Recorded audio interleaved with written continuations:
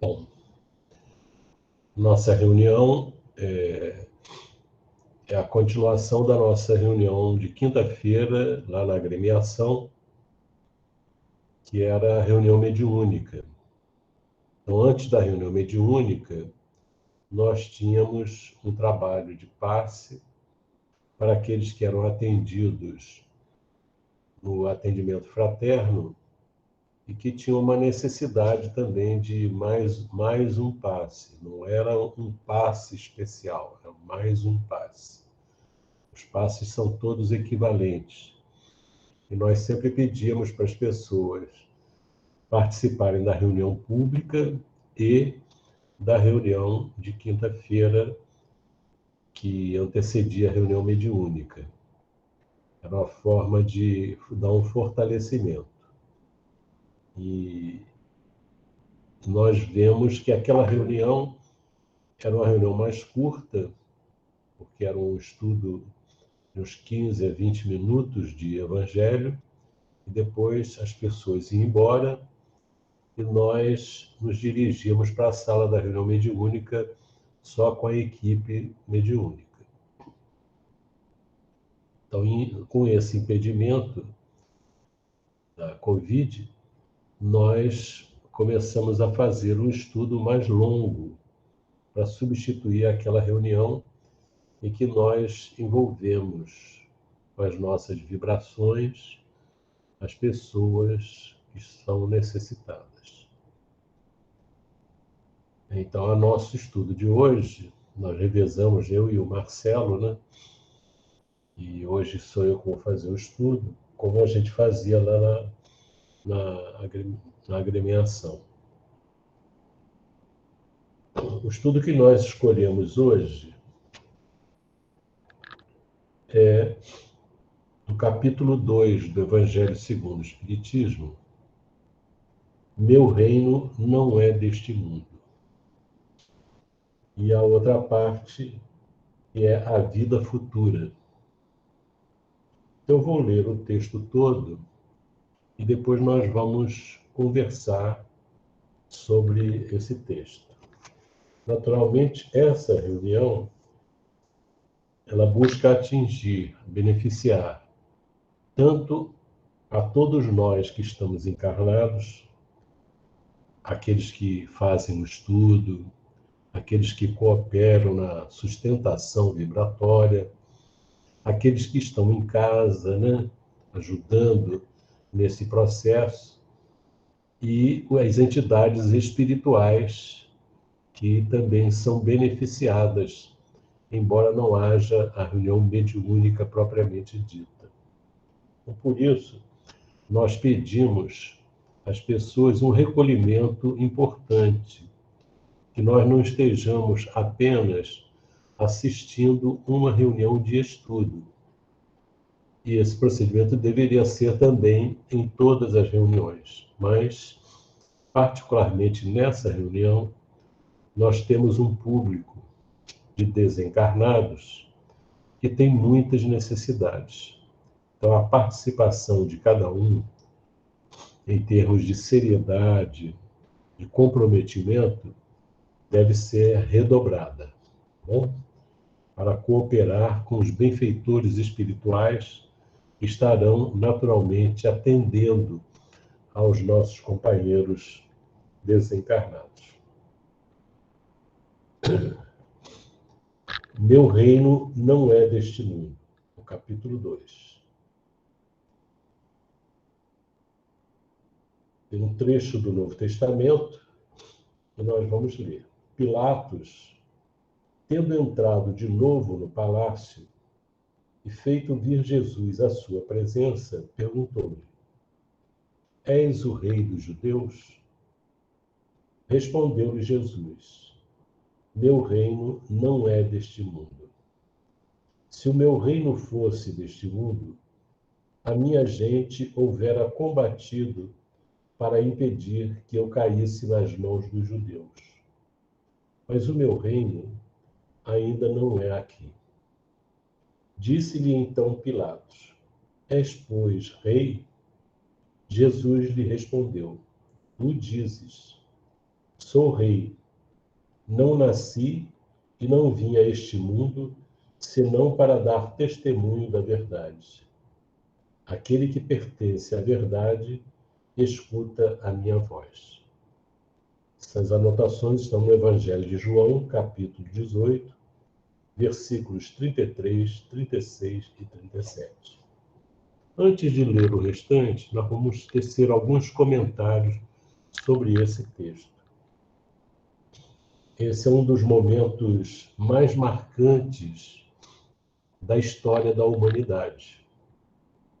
O momento em que o governador da Terra, que veio habitar entre nós, veio conviver conosco, para trazer ao nosso entendimento, já que nós não tínhamos condições de ir até as esferas espirituais em que ele se encontrava, ele veio até nós.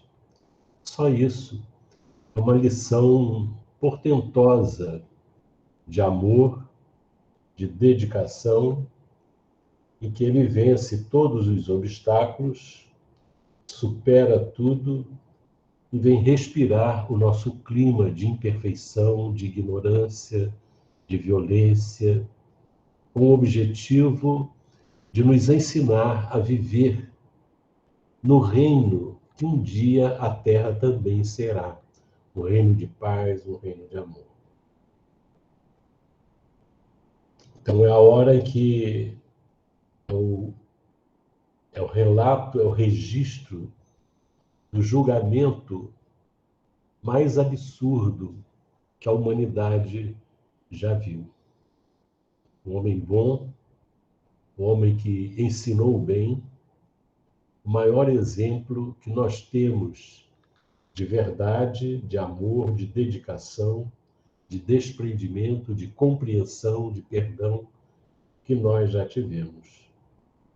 E os que vão julgá-lo reconhecem a sua pureza, reconhecem a sua inocência, mesmo assim atendendo aos interesses mesquinhos do momento, traçam uma pena absurda.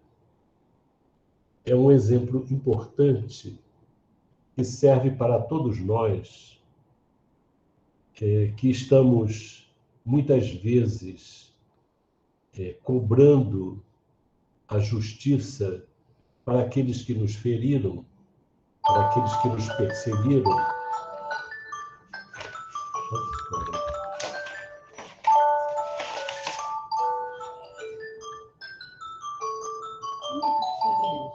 Um instantinho só, deixa eu...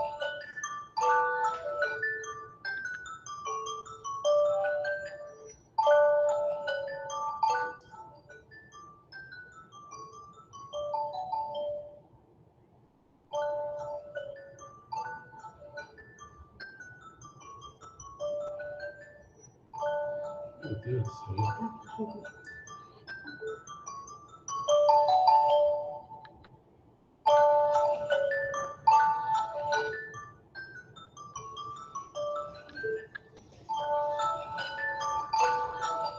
Esse é um celular que adora reuniões de estudo. Toda hora ele entra aí. Mas serve para todos nós que muitas vezes justificamos a nossa vingança, a perseguição, porque nos sentimos injustiçados. Seria bom que nós refletíssemos sobre a injustiça dos homens em relação a Jesus. Porque muitas vezes a injustiça que nós alegamos com relação à nossa vida, muitas vezes é o reflexo de um resgate que temos do passado. Então é importante nós levarmos em conta toda esse ensinamento de Jesus vivo nesse momento. É interessante aqui nós observarmos essas palavras dele. se o meu reino fosse deste mundo, a minha gente houvera combatido para impedir que eu caísse nas mãos dos judeus. Quando ele diz isso, nós costumamos ter a impressão que ele estaria dizendo que as pessoas iam lançar mão de armas para impedir que ele fosse crucificado. Não. Quando ele diz, se o meu reino fosse deste mundo, a minha gente houvera combatido para impedir que eu caísse nas mãos dos judeus. Nós podíamos ter duas interpretações aí. Uma, que seria se ele fosse alguém que desfrutasse do poder como todos os poderes da terra, passageiros, esse combate seria um combate de armas, verdadeiramente. Mas como o reino dele não é da terra, ainda não é aqui, esse combate que ele fala é um combate interior das criaturas que, nessas condições... O que foi, Vera? Pareça mais um pouco. Isso.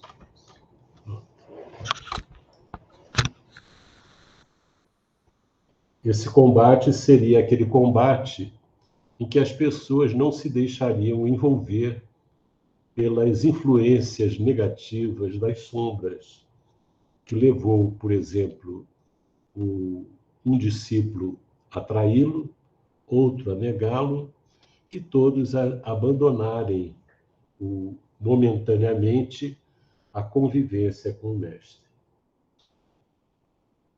No outro ponto, Pilatos pergunta se ele é rei. E ele diz que é. É interessante que ele não diz que está rei, porque o Pilatos estava numa condição de juiz. Os Césares de Roma, eles nunca eram Césares, eles estavam Césares. Jesus, ele se coloca como sendo o rei, ou seja, ele tem autoridade que não termina, que não é passageira, como a autoridade dos homens nesse nosso mundo. E ele coloca que ele é da verdade, né? Não nasci, não vim a este mundo, senão para dar testemunho da verdade. Aquele que pertence à verdade, escuta a minha voz. Então, se nós pertencemos à verdade, nós devemos ouvir a voz de Jesus. Naturalmente, nós ainda estamos distante dessa verdade profunda que estabelece o amor como a grande virtude a ser alcançada e que sustenta o universo, sustenta a vida das criaturas em toda parte e toda a obra da criação. Então, é importante que nós escutemos a voz de Jesus, escutemos os seus ensinos, para que nós tenhamos um proveito efetivo. Devemos fechar os ouvidos para os homens do mundo, que muitas vezes falam bem, falam bonito, mas que por trás das falas deles estão os interesses pequenos, medíocres, que os levam a cometer os maiores equívocos. Jesus, o único objetivo de Jesus era engrandecer a criatura humana, libertando-a dela mesma, porque somente quando a humanidade se libertar dentro de cada um das suas imperfeições, é que nós vamos libertar a humanidade, o mundo, das perseguições, das agressões, da violência, das injustiças sociais. Esse é o caminho. Então, Jesus, ele veio ao mundo para transformar o mundo. Não veio para transformar governos, passageiros, todos eles. Veio para transformar o mundo a partir da criatura que ouve a palavra dele. Vamos ler o que segue. A vida futura. Por essas palavras, Jesus claramente se refere à vida futura, que ele apresenta em todas as circunstâncias, como a meta a que a humanidade irá ter e como devendo constituir objeto das maiores preocupações do homem na Terra. Todas as suas máximas se reportam a esse grande princípio. Com efeito, sem a vida futura, nenhuma razão de ser teria a maior parte dos seus preceitos morais, donde vem que os que não creem na vida futura, imaginando que ele apenas falava na vida presente, não os compreendem ou os consideram pueris.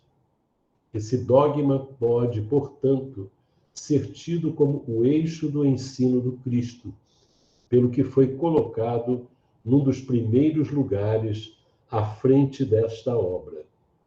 É que ele tem de ser o ponto de vista, o ponto de mira de todos os homens. Só ele justifica as anomalias da vida terrena e se mostra de acordo com a justiça de Deus. Apenas ideias muito imprecisas tinham os judeus acerca da vida futura. Acreditavam nos anjos, considerando-os seres privilegiados da criação. Não sabiam, porém, que os homens podem um dia tornar-se anjos e partilhar da felicidade destes. Segundo eles, a observância das leis de Deus era recompensada com os bens terrenos, com a supremacia da nação a que pertenciam, com vitórias sobre os seus inimigos. As calamidades públicas e as derrotas eram o castigo da desobediência àquelas leis. Moisés não pudera dizer mais do que isso a um povo pastor e ignorante, que precisava ser tocado, antes de tudo, pelas coisas deste mundo. Mais tarde, Jesus lhe revelou que há outro mundo, onde a justiça de Deus segue o seu curso. É esse o mundo que ele promete aos que cumprem os mandamentos de Deus, e onde os bons acharão sua recompensa. Aí o seu reino. Lá é que ele se encontra na sua glória e para onde voltaria quando deixasse a terra. Jesus, porém, conformando seu ensino com o estado dos homens de sua época, não julgou conveniente dar-lhes luz completa, percebendo que eles ficariam deslumbrados, visto que não a compreenderiam. Limitou-se a, de certo modo, apresentar a vida futura apenas como um princípio, como uma lei da natureza, a cuja ação ninguém pode fugir.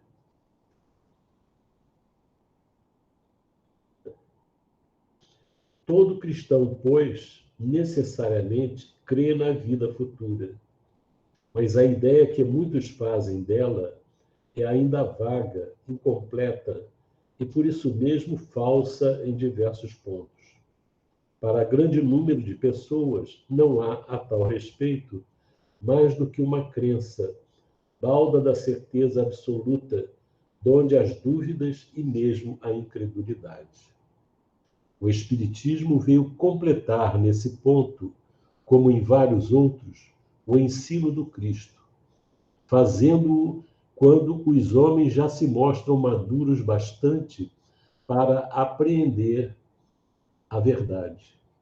Com o Espiritismo, a vida futura deixa de ser simples artigo de fé, mera hipótese, torna-se uma realidade material que os fatos demonstram, porquanto são testemunhas oculares os que a descrevem nas suas fases todas e em todas as suas peripécias, e de tal sorte que, além de impossibilitarem qualquer dúvida a esse propósito, facultam a mais vulgar inteligência a possibilidade de imaginá-la sob seu verdadeiro aspecto, como toda a gente imagina um país cuja pormenorizada descrição leia.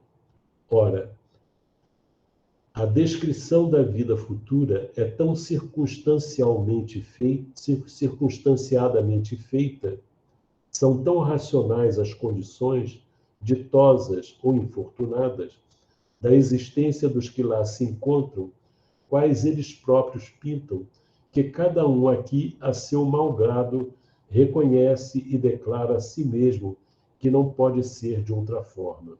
Portanto, assim sendo, patente fica a verdadeira justiça de Deus. É um texto grande, né? Que se refere a esse ponto importante e necessário que Kardec chama de um dogma, né? Que é o eixo do ensino do Cristo. Dogma aqui não está naquele sentido de conhecimentos que não se discutem por não se ter provas ou compreensão a respeito. Dogma como um princípio importante, um princípio filosófico, um princípio de uma doutrina qualquer, mas que não tem aquela característica que não se pode discutir. São conceitos que são, nesse caso aqui, muito bem definidos, muito bem provados. Ora, essa visão que a doutrina espírita traz, ela modifica profundamente o entendimento a respeito da vida futura. É compreensível que as pessoas que vivem na Terra tenham as suas dúvidas, mas são dúvidas que são nascidas da falta da busca do conhecimento. É importante que a pessoa tenha consciência de que essa é uma coisa importantíssima, porque é para lá que nós vamos. Não existe ninguém na Terra que pense que não vá passar pela experiência da morte, ou como nós dizemos, da desencarnação. Então, isso aí é inevitável. Existem aqueles que preferem acreditar na ideia de que tudo se acaba após a morte. E nós perguntamos, com base em que as pessoas afirmam isso? Consultaram já os conhecimentos que a humanidade já adquiriu? Não. É uma crença sem fundamento, como existia a crença de que a vida prosseguia antes de Jesus chegar até nós, mas que essa crença de que a vida continua, ela está baseada, mesmo sem conhecimentos mais profundos, na experiência dos próprios espíritos encarnados, porque nós estamos vindo desse mundo espiritual. Nós trazemos isso dentro de nós, por isso que esse sentimento é um sentimento natural. Nós trazemos essa experiência. Mas, na verdade, as pessoas às vezes preferem jogar para depois por falta de entendimento mais profundo. Ora, Jesus veio à Terra e trouxe para nós toda uma norma de vida que não é uma regra para ser seguida cegamente. É uma regra que serve para a compreensão, para o entendimento do porquê nós devemos perdoar, porquê nós devemos amar, porquê nós devemos orar a Deus, porquê precisamos desenvolver os nossos sentimentos de ordem espiritual, porque Jesus trouxe isso. E ele trouxe mais. ele trouxe uma demonstração que, a rigor, já existe no Velho Testamento, mas Jesus trouxe de uma forma grandiosa a demonstração de que a vida prossegue.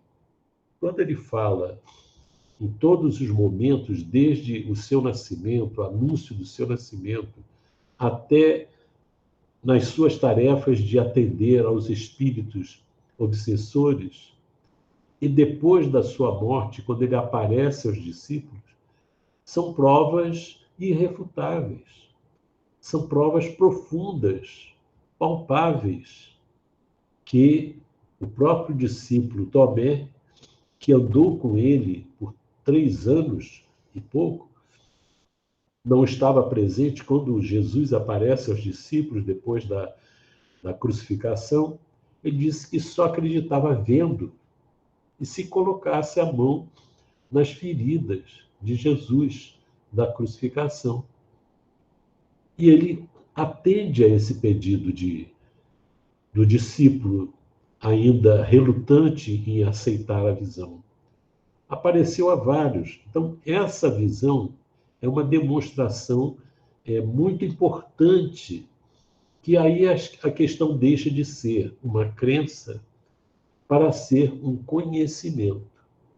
Nos dias de hoje, nós já temos um acervo de pesquisas realizadas no século XIX, com a presença de Kardec, de cientistas, que demonstram a existência do espírito.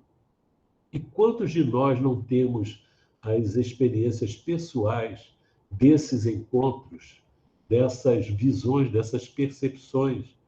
Então, isto não é uma coisa indiscutível para quem quer entrar no conhecimento de uma realidade importantíssima para nós.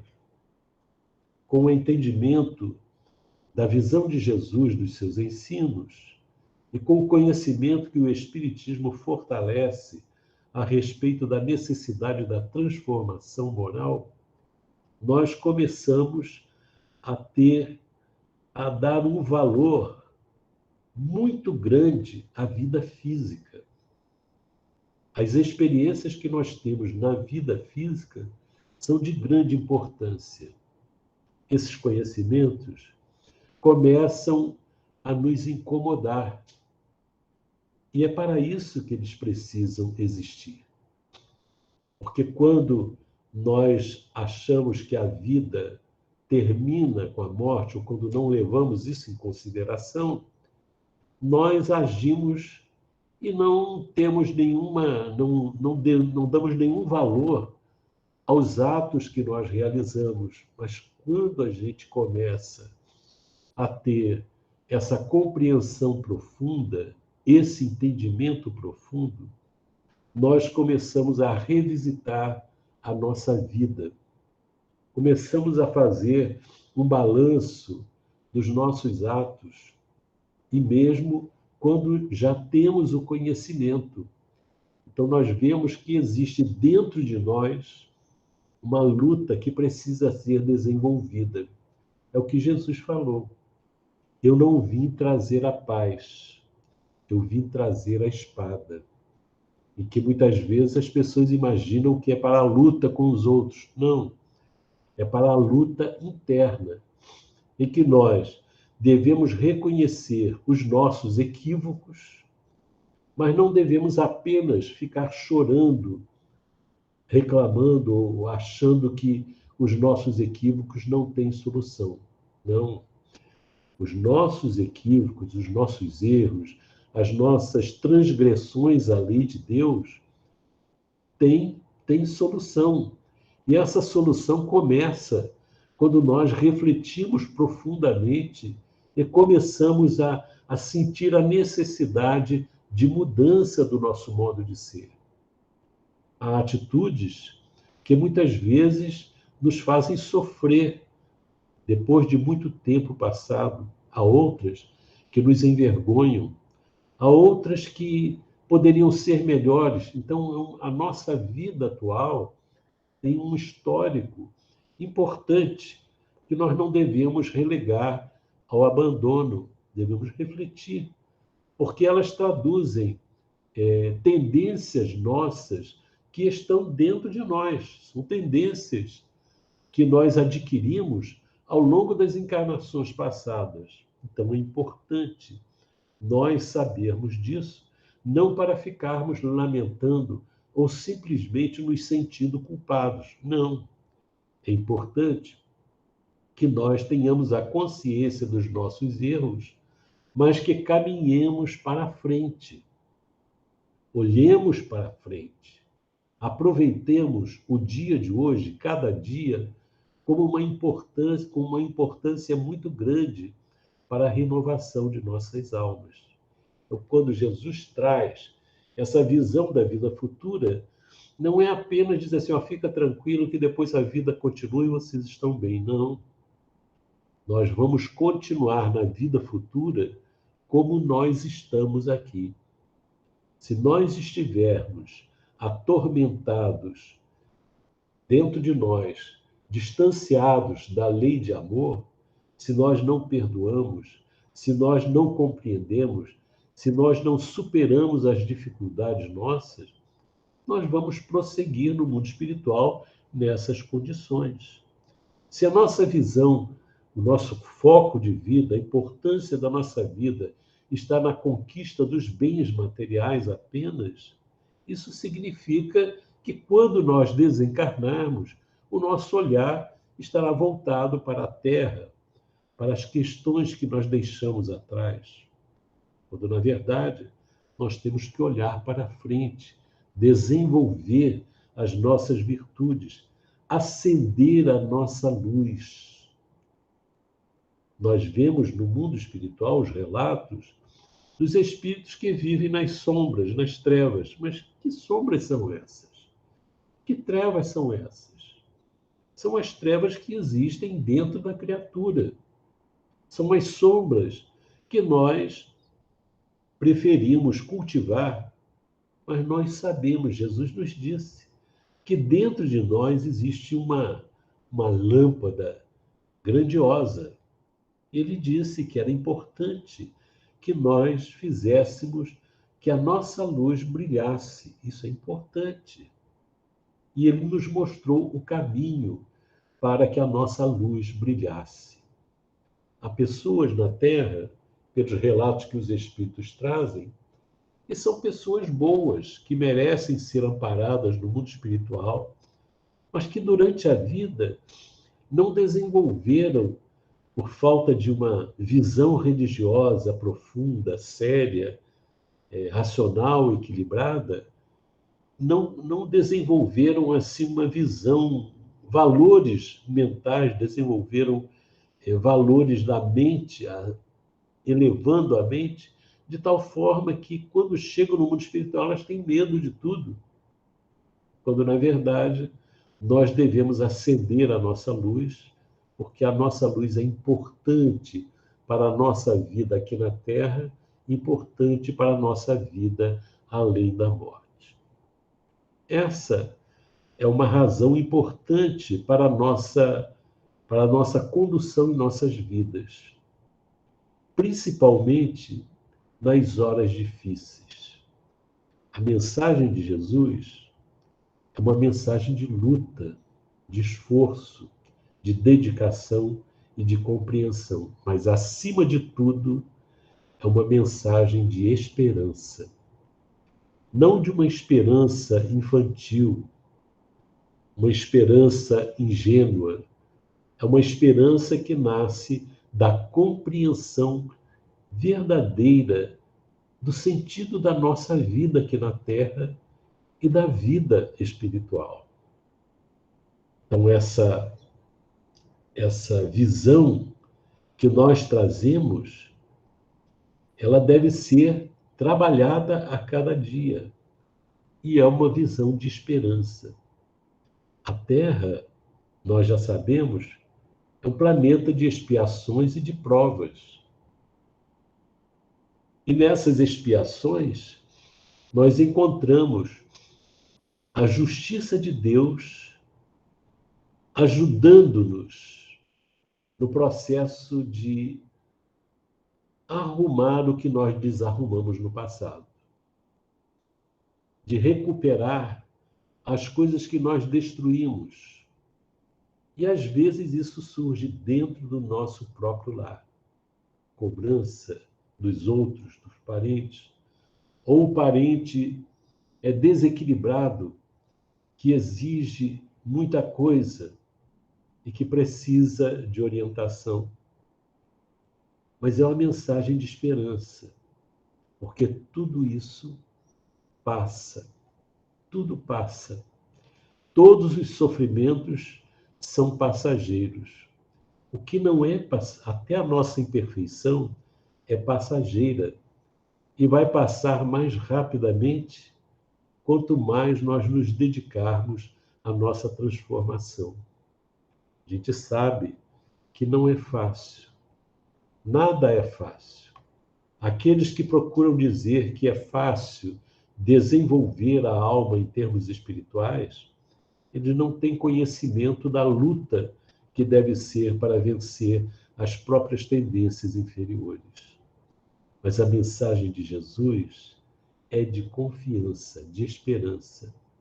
Os livros que nós lemos relatam a quantidade de espíritos, é imensa, de espíritos que descem à Terra, espiritualmente falando, não para reencarnar ainda, mas descem para ajudar as criaturas para vencer as suas dificuldades.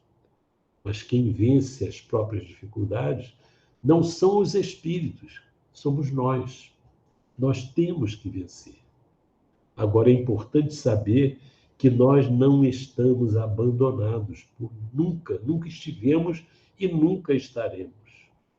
Mas isso não quer dizer que nós devemos ficar sentados ou deitados, esperando que os espíritos resolvam os problemas da nossa alma. Não. Os problemas da nossa alma nós vamos resolver. Cabe a nós. Agora, ajuda nós teremos. Teremos essa ajuda e podemos utilizar a prece não para que as dificuldades sejam afastadas, mas que nós tenhamos coragem, sabedoria, forças, fé para vencer essas dificuldades. Então, essa visão da vida futura e da ajuda espiritual que nunca falta, traz para nós uma segurança importante que deve ser ampliada, fortalecida em nossas almas. Lógico, ninguém gosta de ver um filho se desviando do caminho, mas nós não podemos culpar Deus, culpar os outros e nem simplesmente culpá-los. Nós temos que ver quais os recursos que nós temos para ajudá-los. Nós temos um exemplo que nós estamos estudando no sábado, do livro Libertação, de uma mãe, Matilde, um espírito elevadíssimo, que espera há vários séculos a oportunidade de resgatar o filho do desequilíbrio que ele próprio criou. Agora, que são 5 séculos perante a eternidade? Nada.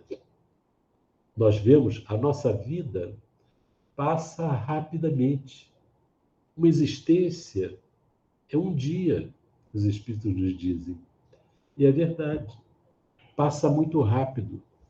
Então, nós temos com tranquilidade que, com paciência e dedicação, aproveitar a existência que nos está sendo concedida, porque isso é um tesouro. Reencarnar é uma bênção.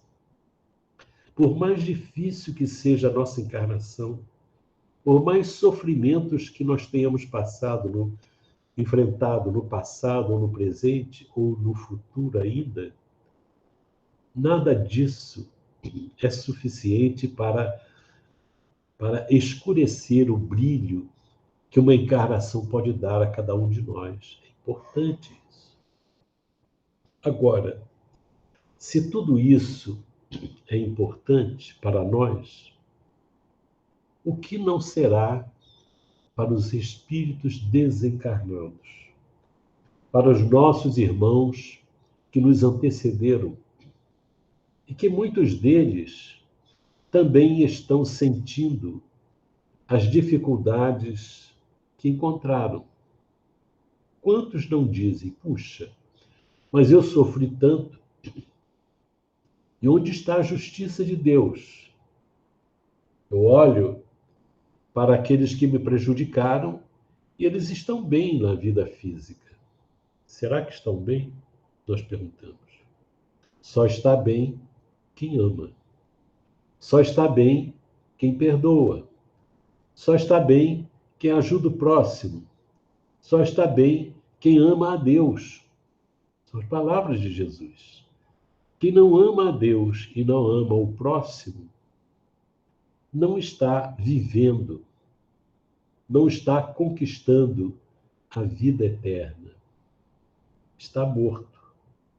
Respira, come, tem uma atividade comum a todos que estão encarnados, mas espiritualmente está morto. O que não quer dizer que não possa reviver. Nós estávamos lembrando ontem as palavras de Jesus orientando os seus discípulos para irem atender as pessoas, né? Expulsar os demônios, curar as doenças. Uma outra coisa que ele diz, importante, ressuscitai os mortos. Será que tinha tantos mortos para ressuscitar? Na experiência de Jesus, ele ressuscitou os 3, que a gente tem conhecimento. Lázaro, a filha de Jairo, e uma outra lá, que eu não me recordo agora. E, naturalmente, nós sabemos que eles não estavam mortos fisicamente. Eles estavam no estado de catalepsia. Mas Jesus ressuscitou muitos mortos além deles. Ou seja, aqueles que estavam mortos espiritualmente. E a grande orientação que ele dá é no sentido de ressuscitar as almas que vivem, respiram, agem, mas que espiritualmente estão mortas. Saulo de Tarso era alguém que estava morto e reviveu, foi ressuscitado em termos espirituais. E muitos outros. Então, a orientação para os discípulos é a orientação para nós. E a primeira pessoa que nós devemos ressuscitar somos nós mesmos. Analisar a nossa vida e procurarmos saber se nós estamos realmente vivos ou se estamos mortos. Isso é importante, porque nós não vamos passar pela experiência da morte física como mortos. Pelo conhecimento que nós temos que romper essa aduana, atravessar vivos. Nós só vamos atravessar vivos se estivermos vivos durante a nossa vida. Então, quando a gente olha para os nossos irmãos espirituais desencarnados, que muitas vezes, refletindo sobre a sua experiência na vida espiritual, e dizem, onde está, como é, que justiça é essa que eu estou sofrendo e o outro está lá? Primeiro, que a gente não sabe avaliar a condição do outro. Mas a nossa, nós podemos avaliar. Quais são os sentimentos que nós alimentamos? Estou me referindo agora aos nossos irmãos desencarnados, que muitas vezes utilizam o tempo que estão no mundo espiritual para um processo de vingança, que normalmente eles chamam de justiça. O que é isso?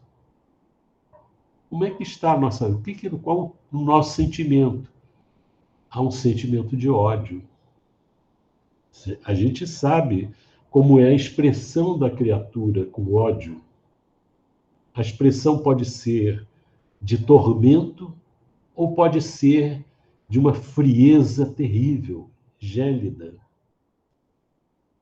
Só dá uma olhada dentro de si, porque quando nós olhamos para dentro de nós compreendemos o mundo vibratório em que estamos vivendo.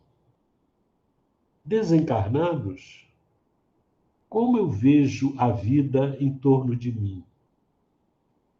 Onde eu estou? Como eu estou?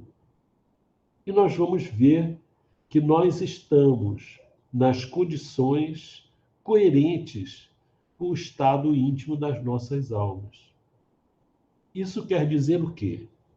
Que não tem saída? Tem. E a primeira saída é reconhecer que nós estamos sob a justiça e a misericórdia de Deus. Estamos infelizes? Estamos, mas não é Deus que nos está fazendo infelizes. Quem está fazendo que nós estejamos infelizes somos nós. São os sentimentos que nós alimentamos. E a lei de Deus é perfeita. Porque se fosse uma situação agradável, verdadeiramente agradável para o espírito, ele permaneceria eternamente nessa condição infeliz, sem saber que é infeliz. Então, Deus, na sua justiça, que é cheia de misericórdia, ele nos coloca em condições de perceber que o caminho que nós escolhemos foi ilusório. E é interessante que os espíritos desencarnados não têm dúvidas de que a vida prossegue, de que Jesus tinha razão. Muitos deles não acreditavam que a vida prosseguia. Muitos. Nós, muito provavelmente, estivemos nessa situação no passado, em algum momento da nossa existência, mas agora não. Então a gente observa que durante a vida terrena eles tinham dúvidas. Qual é a dúvida agora? Jesus só tinha razão nesse aspecto? Não. Tinha razão em todos os aspectos que falou. Ora, a inteligência é uma característica do espírito. E muitos dos espíritos que se dedicam ao processo de perseguição trazem uma inteligência privilegiada.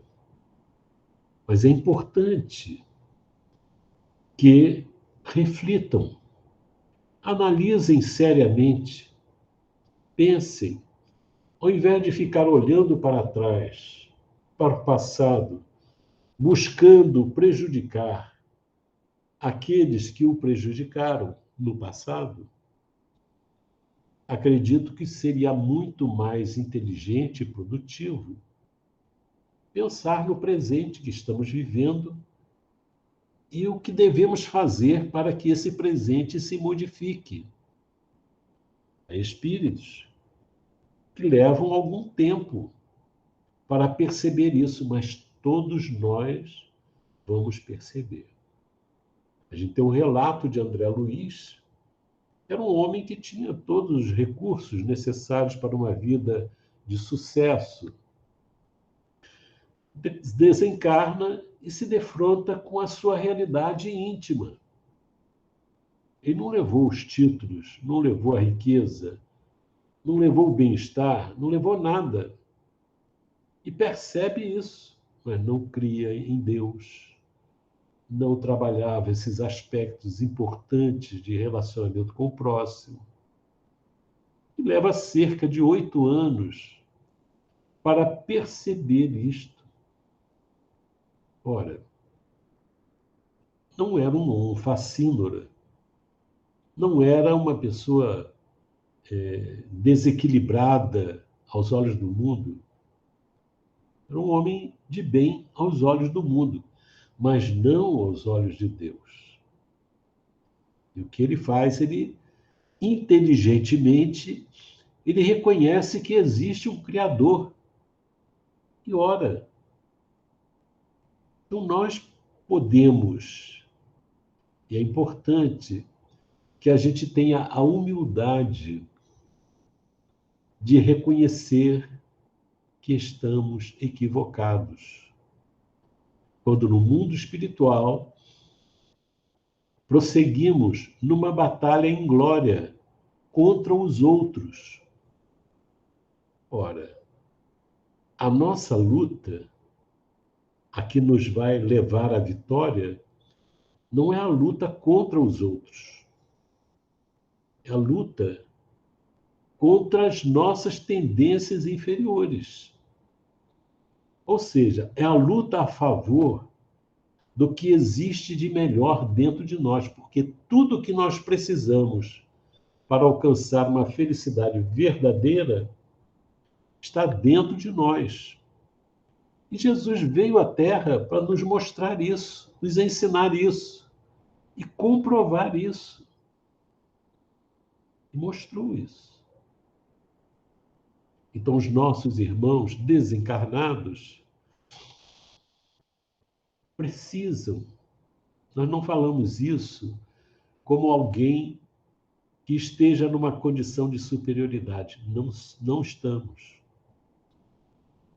Nós estamos em luta, não contra eles, não contra ninguém. Estamos em luta contra a nossa natureza inferior, a favor do homem novo que precisa surgir dentro de nós. Não falamos isso como se fôssemos, como se nos julgássemos superiores. Não somos. Somos criaturas com necessidades imensas de renovação. Mas temos a convicção de que o único caminho que nos resta seguir é esse caminho que Jesus nos ensinou. E olha, eu nunca vi uma lei mais inteligente e, a rigor, mais fácil de ser seguida do que a lei de Deus, que é a lei de amor. Naturalmente, nós gostamos de ser amados, mas ainda não aprendemos que mais feliz é a criatura quando ama do que quando é amada.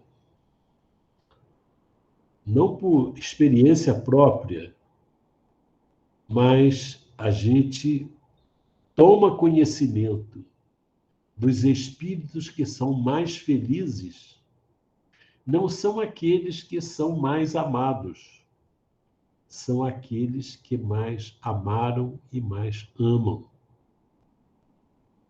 Isto é patente aos nossos olhos. Quando a gente fala na busca da felicidade, para o homem da Terra é o quê? É parar de trabalhar, ir para uma ilha paradisíaca, ficar numa praia belíssima, água limpa, numa rede, tomando água de coco e alguém servindo. Isso para um espírito esclarecido seria uma tortura. Isso é bom uma semana, mas passar a vida nessas condições é uma tortura, é um castigo. Qual é a alegria que os espíritos superiores têm? A alegria deles é descer das esferas luminosas em que vivem para socorrer aqueles que estão na retaguarda, os que eles amam, mas também aqueles que não têm laços com eles. Porque amar é a lei maior. E eles descobriram que a grande felicidade da criatura é poder amar, ter a capacidade de amar. Isso é que traz felicidade. E o exemplo maior é de Jesus. Jesus vem à Terra, muitos o amam, claro, porque o amor, ele também aproxima, mas não escraviza. Ele une as criaturas que se amam. Jesus vem à Terra e simplesmente amou. Nos ensinou com palavras e com atitudes o que é amar. E disse que este é o caminho para a vida, porque a pessoa que não ama não vive, respira, o coração bate, mas não vive. Então Jesus trouxe para nós uma lição de vida. E quando os espíritos entram nesse conhecimento, eles admiram cada vez mais o Criador. Quer dizer, nós não somos chamados a fazer o bem, porque de outra forma nós seremos castigados. Essa é a visão míope. Mas, naturalmente, quem não faz o bem não pode usufruir dos benefícios que o bem produz a ele. Jesus não teve nada na Terra. Não teve cargos, não teve posses materiais, não tinha casa de praia, não tinha casa de montanha, não tinha nada, não tinha onde repousar a cabeça, disse ele. Mas ele tinha vida, tinha amor, estava pronto para servir. Então nós temos um mestre que é uma pessoa, é um espírito admirável, um espírito capaz de amar, capaz de se sacrificar para que todos sejam felizes. Fica difícil compreender alguém que queira combater o Cristo. É uma demonstração, nem falo de ingratidão, falo de falta de inteligência, de compreensão do que é a vida e da sua própria felicidade. Eu combater alguém que me alimenta. Nós sabemos que o corpo físico precisa de alimento para viver. No mundo espiritual, os corpos espirituais também precisam de alimentos relativos à condição espiritual que se encontram. Mas a alma, o alimento da alma, é o amor. Quem é que existe nesse planeta que deu demonstrações de que nos ama de uma forma profunda, sem interesses mesquinhos? Quem que tem essa condição? Jesus. Ele veio para nós que estávamos perdidos no meio dos sofrimentos, sem entender coisa alguma, sem saber para onde ir. Ele nos trouxe a esperança e nos ensinou a viver. Nos apresentou o amor que vem de Deus. Ou seja, quando nós amamos verdadeiramente, nós estamos com Deus. existe uma frase que a gente costuma dizer, né? As pessoas dizem, vai com Deus. Aí eu lembro do seu Rogério, lá da Didi, lá no Boa Nova. Falei, como é que é?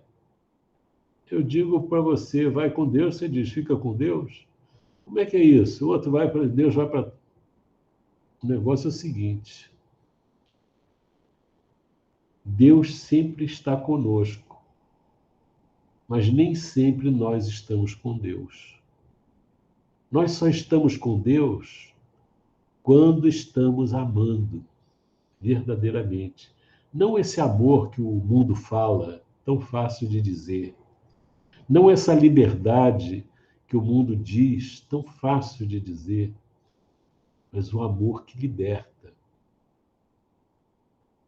No mundo espiritual, os espíritos vingativos querem escravizar os outros, fazê-los sofrer.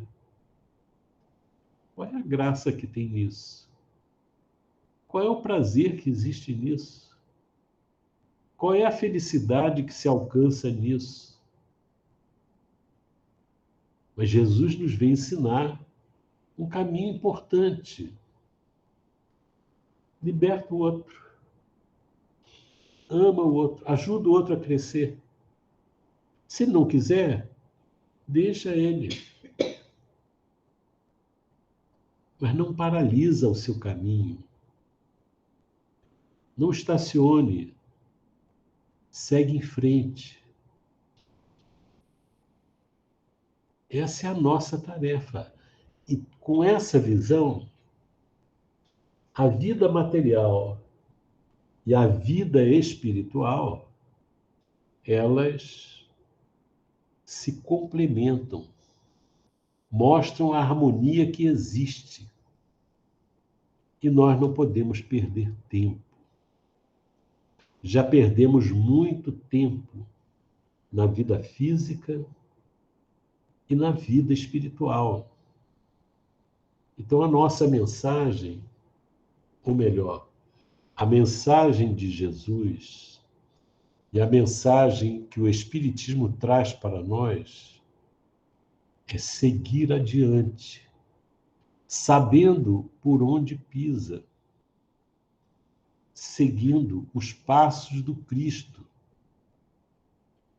estabelecendo a compreensão, não guardando rancor, perdoando quem precisar ser perdoado, porque quem perdoa se liberta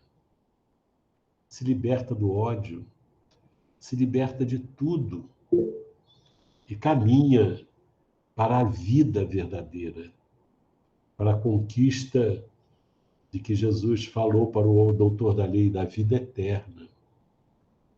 Sair da morte, ressuscitar-nos com o nosso próprio esforço e com a ajuda espiritual que nunca nos falta. Então nós somos peixes cristãos, né? Num oceano de amor.